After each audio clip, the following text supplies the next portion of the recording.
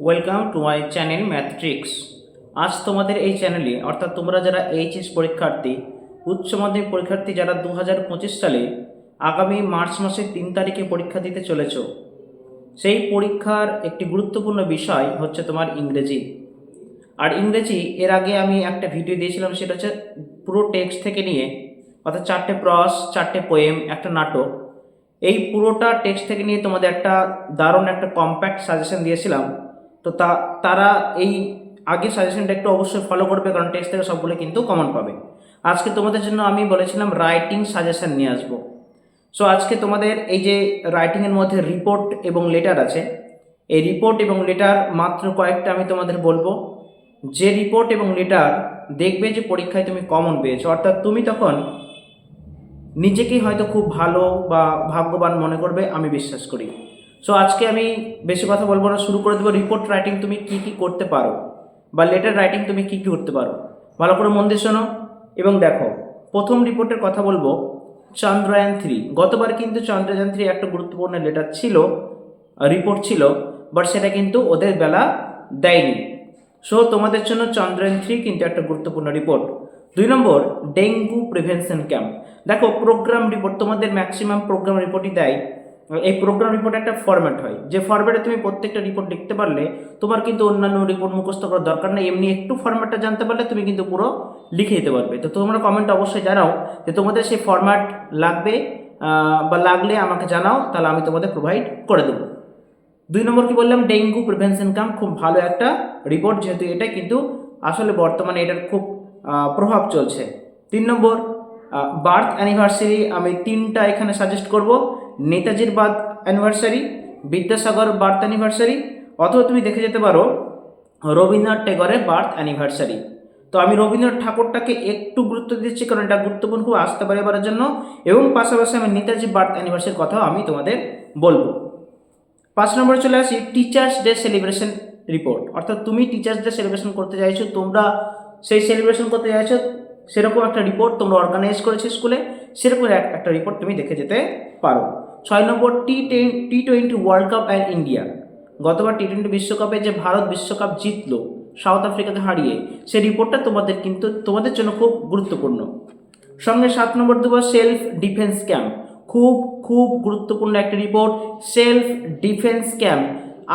যে রক্ষাটা ব্যাপারটা, এখন অনেক সময় তো ক্রাইম চলছে, বিশেষ করে রাস্তাঘাটে বেরোলেই হয়তো অনেক সময় কি হবে কোনো গ্যারেন্টি নেই। সো এই জন্য সেলফ ডিফেন্সটা খুব এখন ট্রেন্ডিংয়ে রয়েছে। সো এটা আমি বলবো, সেলফ ডিফেন্স ক্যাম্পটা কিন্তু অবশ্যই করে যাবে।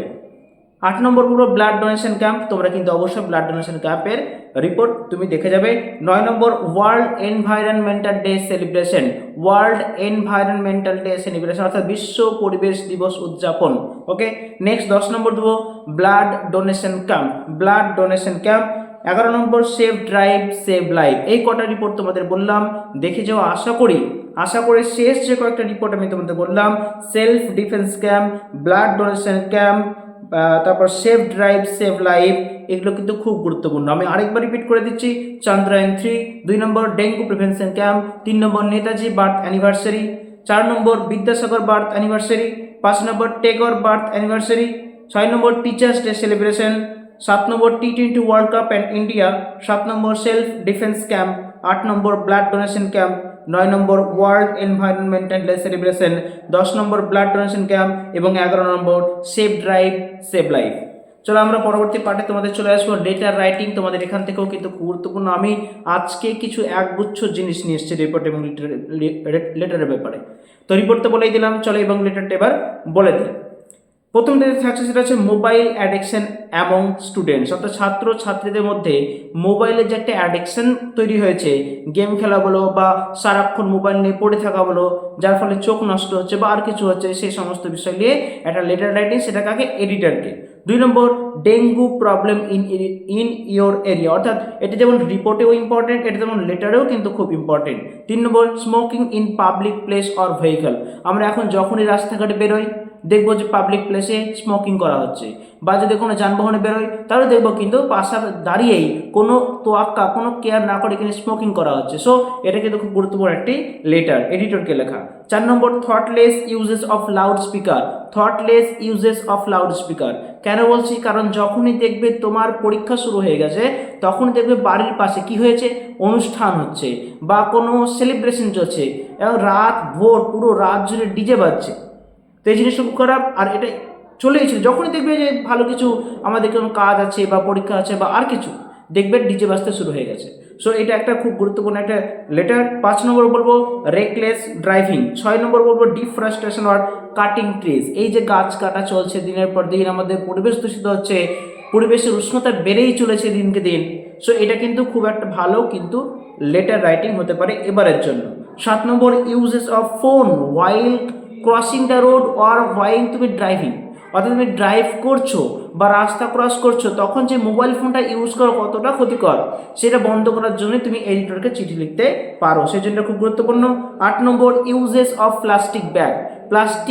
প্লাস্টিক ক্যারি ব্যাগের যে ব্যবহার আজকাল দিনকে দিন বেড়ে চলেছে, মাটি দূষিত হচ্ছে, পরিবেশ দূষিত হচ্ছে, তার জন্য প্লাস্টিক ব্যাগ কিন্তু খুব গুরুত্বপূর্ণ।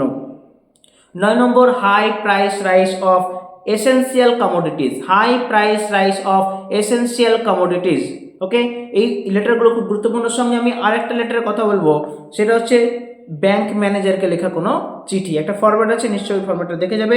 ব্যাংক ম্যানেজারকে লেখা একটা চিঠি, সেটা হচ্ছে educational loan or credit card কিংবা নিউ সেভিংস ব্যাংক ওপেন করার, নিউ সেভিংস অ্যাকাউন্ট ওপেন করার যে চিঠি ব্যাংক ম্যানেজারকে, সেটা কিন্তু খুব গুরুত্বপূর্ণ হতে চলেছে। ওকে, এই কটা লেটার এবং রিপোর্ট বলে দিলাম তোমাদেরকে। আশা করি এগুলোর মধ্যে থাকবে আমার বিশ্বাস, আর তোমরা বিশ্বাস রাখলে তোমরা তোমাদের প্রতিদান নিশ্চয়ই একদিন পাবে।